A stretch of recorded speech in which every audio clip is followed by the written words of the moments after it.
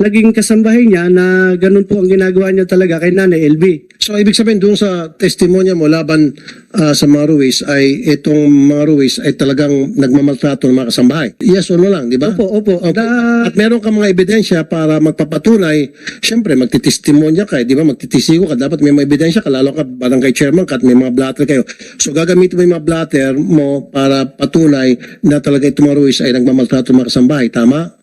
Yun po, Mr. Senator, yun po mga lumabas na tao ngayon na handa po silang magpatunay na ganun po ang ginagawa nila kay Ate LB.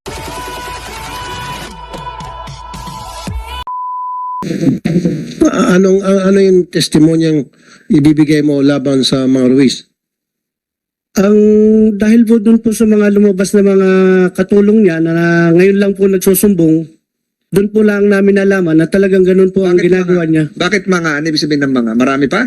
Marami po kasing lumabas na mga naging kasambahay niya na ganun po ang ginagawa niya talaga kay Nanay LB. So, ibig sabihin doon sa testimonya mo laban sa mga Ruiz ay itong mga Ruiz ay talagang nagmamaltrato ng mga kasambahay. Doon po sa mga huling lumabas po na mga... Huwag nang ganon, yes o no lang, di ba? Opo. Okay.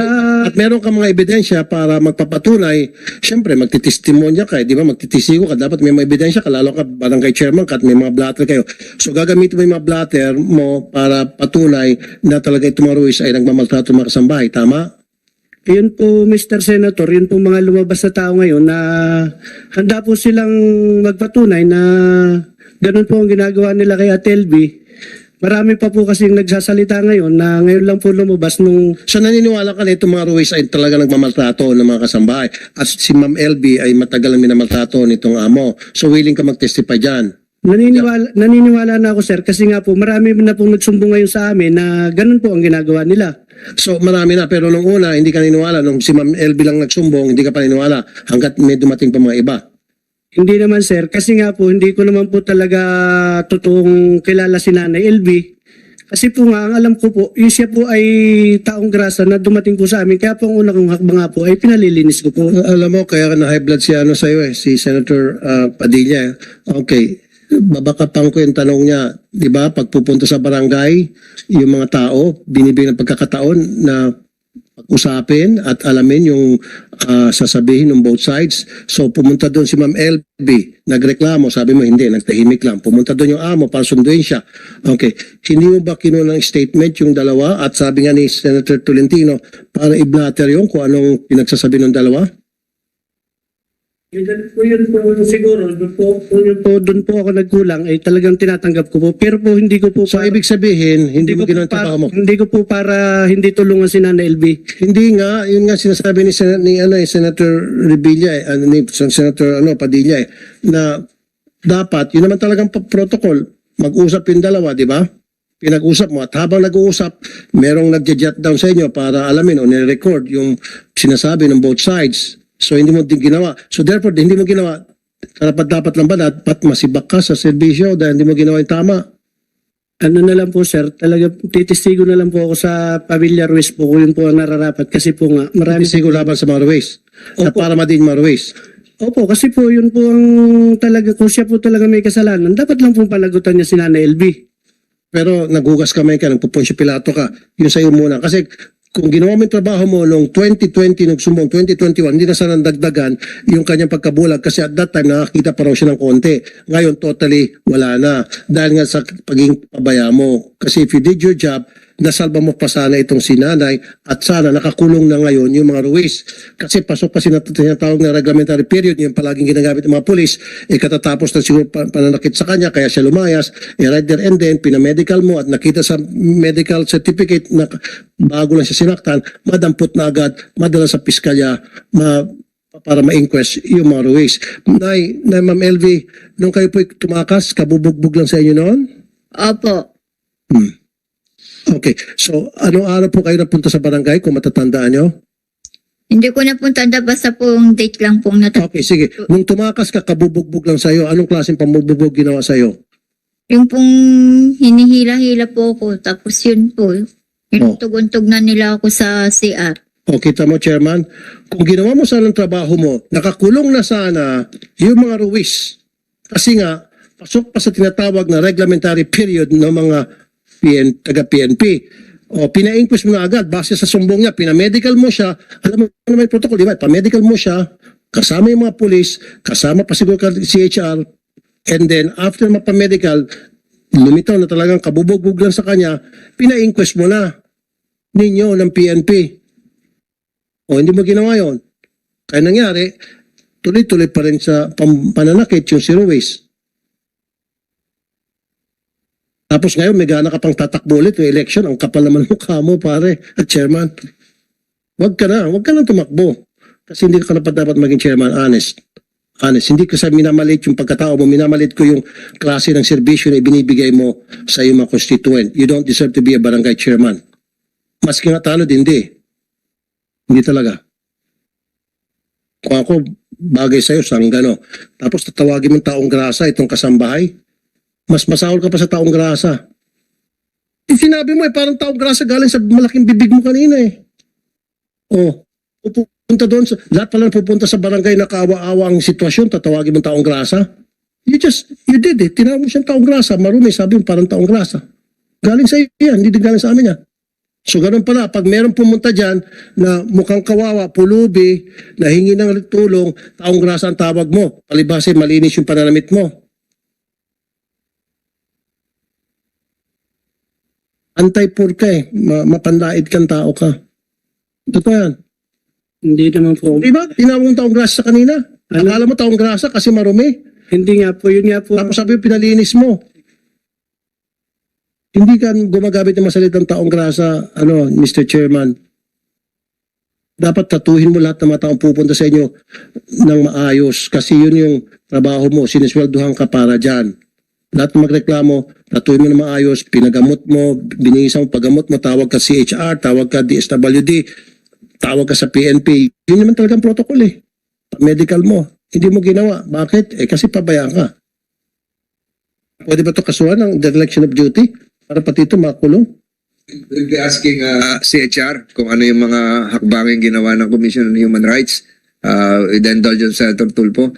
Attorney Canapi, nakarating na po sa inyong kaalaman lahat po ito. Well, publicized po ito. Has there been any steps done by the Commission on Human Rights? Region 4B. We plan to conduct investigation on the case and we will monitor the case filed before the prosecutor's office, Your Honor. Tanong ni Senator Tulfo, pwede ba kayo mag-file din ng kaso?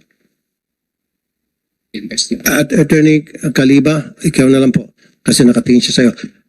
Doon po sa base sa kanya mga pinagsasabi, yung mga hindi niya ginawa na dapat ginawa niya bilang isang barangay chairman, would that suffice para siya ay masampahan ng dereliction of duty na kaso? As a lawyer, Mr. Chair, I think that could also be a ground. Okay. Pero tinitingnan po namin kasi is the human rights violation. But as to the question, that might be a possible ground, Mr. Chair. So, who will file that case against this barangay chairman in dereliction of duty? Kami po kasi ang mandato namin is main mandate is to investigate po. Investigate. That can also be part of the recommendations after the investigation. Okay. So, you will recommend that after investigation doon sa lawyer na provide para kay Ma'am Eva. Pagtulungan niyo po, imbestigahan ko. We will coordinate with the lawyer of Nanay LV po. Okay. Yung abogado si Attorney Gimbol, kayo po ang For the record, Your Honor, the barangay chairman was also charged in the serious illegal detention I filed before the office of the city prosecutor of Mumbai. meron na. Because I honestly believe, to be honest, he acted in conspiracy and collusion. Because according to LB, he called Mr. Ruiz. Did she hear it? Did Aling LV hear it? Yes. Na tumawag si Stated, kay Ruiz? positively, I stated in her sinumpang salaysay, the barangay chairman, after he asked help from him, called the barangay. So, ibig sabihin, hindi niya pinakawalan kaya serious illegal detention. Hinold niya. Yeah, I believe that she should be charged also for as acted in conspiracy and collusion with the Ruiz. For serious illegal detention, tapos Trafficking and everything. It is up to the office of the city prosecutor to assess and appreciate whether or not the barangay chairman will be okay, charged. sanda po, Ma'am LB, nung nandoon ka, pinigilan kanya na para makaalis at para hintayin na dumating yung amo? Hindi po ako, hinintay lang po ng kapitan yung amo ko. Tinawagan niya po, sabi po niya, Sir Jerry, nandito yung sambahay mo, ngayong katulong mo. Pero Tapos sabi po nung kapitan, inong amo kong lalaki, kausap yan, sabi ng amo ko, huwag kayong maniwala dyan sa katulong ko, nagsisinungaling. pero hinold ka ba niya? Ba? Hinold ka niya, hindi ka niya pinalabas, ayaw ka niya pakawalan. Hindi niyo po, Ni Kapitan. ibinigay na po sa amo ko. Pero hindi ka niya Pagdating niya po, pagdating ng amo ko, pinasundo Hindi, niya. pero ibig sabihin, kasi papailan daw ng serious business. Kasi Mr. Attorney Gambol, I'm not a lawyer. Kasi pag sinabing serious illegal detention, pinipigilan mo siya. Yeah. Kasi baka mamaya mababaliwala yung kasong sasampa mo sa kanya. Nakangisi to, nanalo pa. Mr. Senator, because there are several cases filed against the respondent. One of which is serious illegal detention. Paano naging serious illegal detention? Because LB, according to the statement of LB, she was detained from 2021 after the Ruiz hit her up and bring to Dinitain sa barangay. in the house of Ruiz. And she was rescued only on June 28, Sino 2023. detain sa kanya sa bahay ni Ruiz? The Ruiz. So hindi siya. Yes, but the So you cannot file serious illegal detention against him when in fact he's not involved doon sa pagdidetain sa kanya, kundi mga Ruiz. So mga Ruiz ang papailan ng serious illegal detention. yes, but if there is conspiracy, all the conspirators are equally guilty.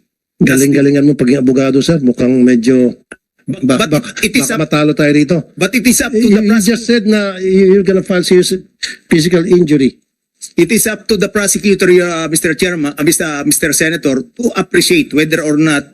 So ang ibig sabihin, baka nag-conspire. Yes, because the mere fact that he called Mr. Ruiz that Para madala doon, at pagdating doon, kinulong, Yes. at hindi siya makalabas, naging instrumento siya doon sa pag-illegally detain Detention. kay ma'am.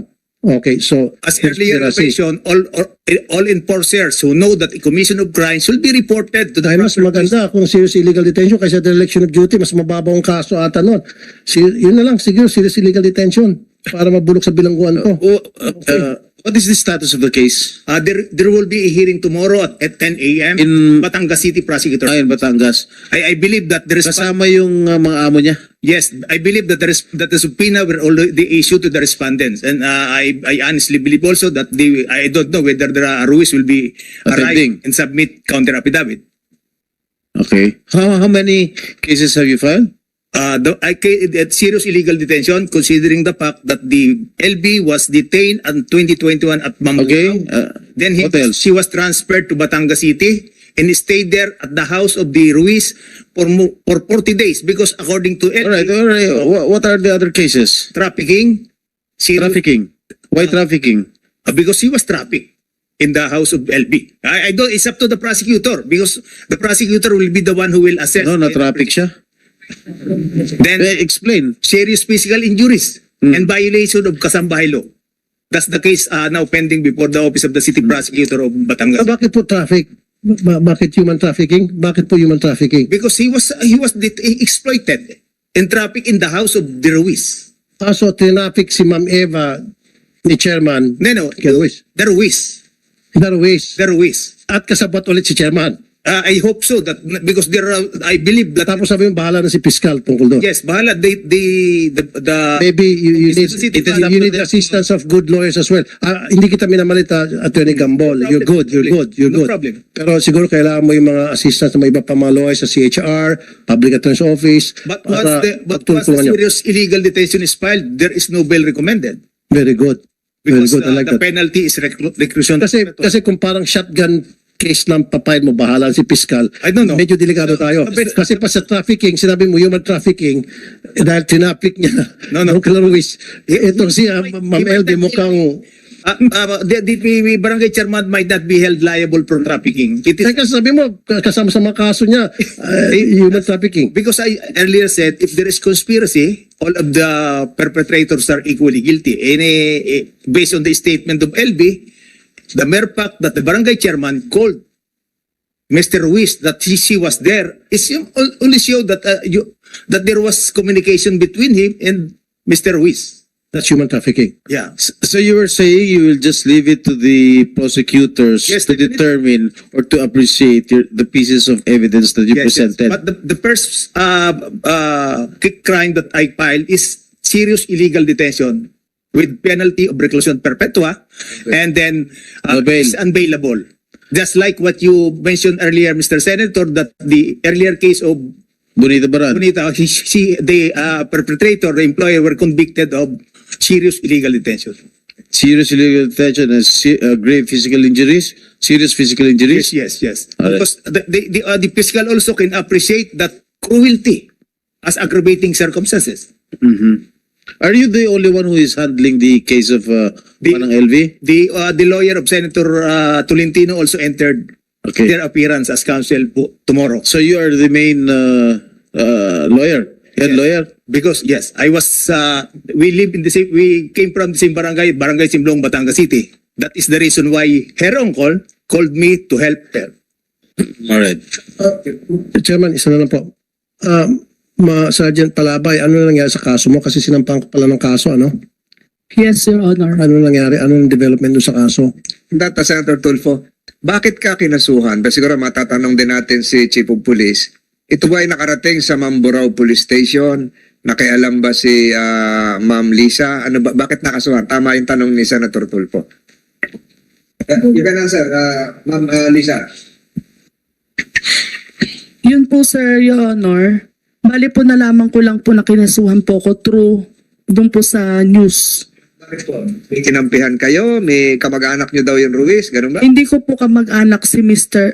and Jerry Ruiz and Mrs. Franz Ruiz, Your Honor. Ano nyo po? Pumare?